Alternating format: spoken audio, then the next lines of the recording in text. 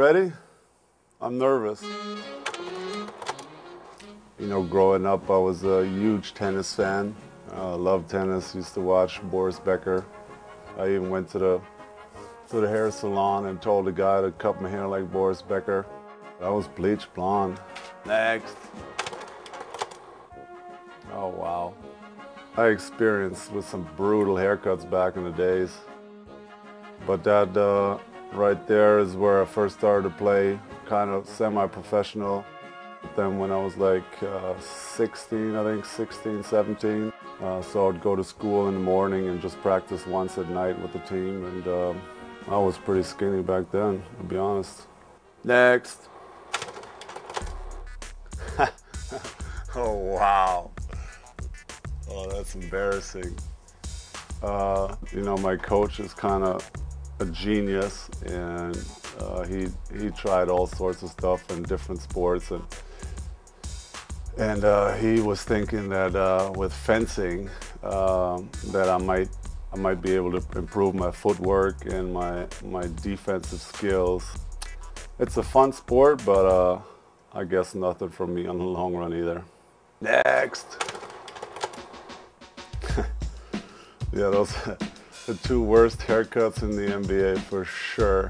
Yeah, I had the brutal bowl cut. And I even had is that a pinky ring I got on? That is just, that's a fashion foul right there. And Nashi with the bleach blonde hair, and it's already growing out, it's dark underneath. But, you know, really one of the greatest days of my life, just to come to the US and be drafted and go to the NBA, which was like a dream come true. And then the success we had with the Mavericks over the years, definitely a fun time playing with Nashi and with Finn. Next.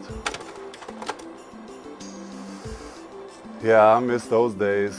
You know, playing together with Nashi and Finn to this day.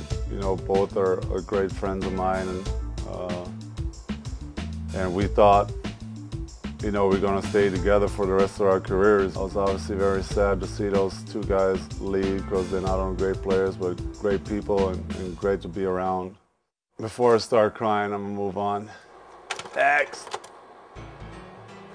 Oh, wow. That was my first NBA game against Seattle, and they obviously had the best German player ever, Detlef Schrempf.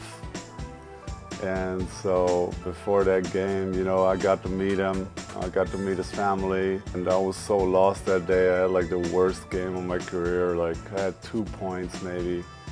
I was just overwhelmed, I think, with everything, with the experience. That first NBA game is definitely not something to remember. Next. That's a sweet picture. You know, those are my unusual training methods. My coach, like I mentioned earlier, has some other ideas than just regular coaches. So I've been doing all sorts of different stuff, like, you know, handstands and, you know, push-ups on my fingertips and these jumps here that, you know, kind of helps you get more explosive and helps your legs get stronger. Next. Yeah, there he is. There's the genius right there on the right, my coach. And I met him when I was about 16 or 17.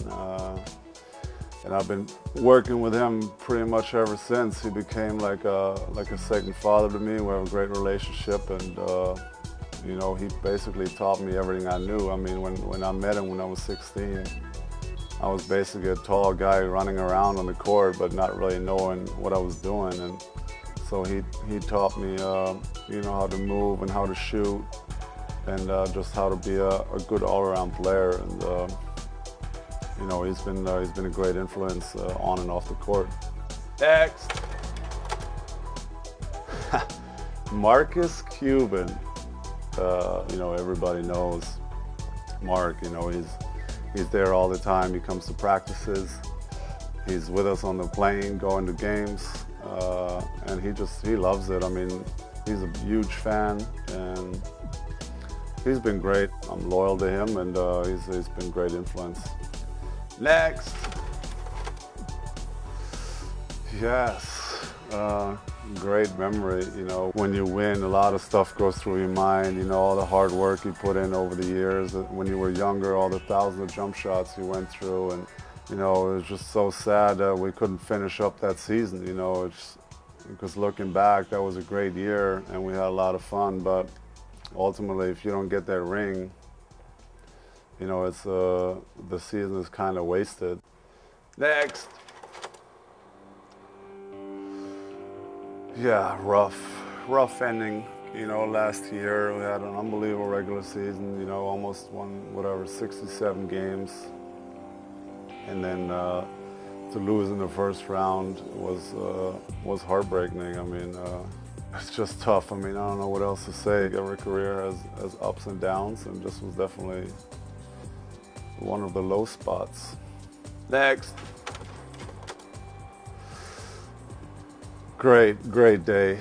You know, especially after we lost in the first round. You know, I was so down for a long time, and this was actually a bright spot in that summer. You know, winning the MVP, and you know, it was actually funny. I had, you know, the whole night before, I tried to sleep and I couldn't sleep, and I was going through that, you know, a little speech that I was going to say, and I was going to, you know, loosen myself up with a little joke, and then.